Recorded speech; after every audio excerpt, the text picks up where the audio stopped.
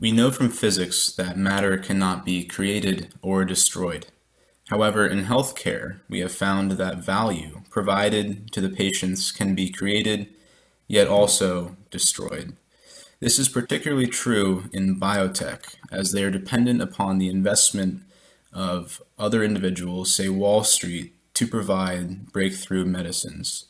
These small companies often aren't Pfizer or the other large companies like Sanofi or Bristol Myers, where they can have very diverse pipelines in various revenue stream cycles that can bring the money back to further invest in new products. So investment in biotech companies is critical for their success. Now, as an investor, it is our responsibility to seek an absolute truth. Has the product or will the product provide value to the healthcare setting for our purposes? And more importantly, what is the perception of that truth? That is saying, how is that value perceived? And to provide an example, the company Zafgen, with its lead candidate of beloranib,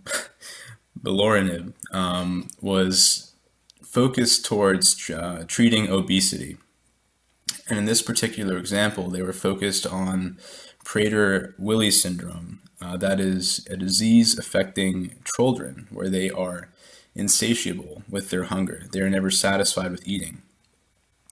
And during the clinical trial, it was found at this point here, as you can assume, that there was a death in the trial. And the death in the trial was due to a cardiac or a pulmonary embolism.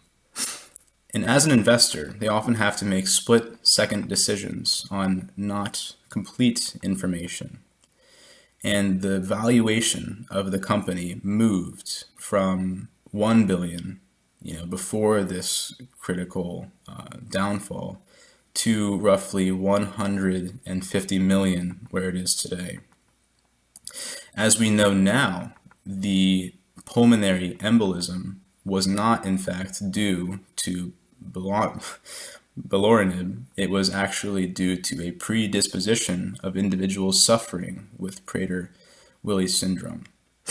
So, like I said before, as investors, the perception of the value provided by a medication may be altered by the facts presented.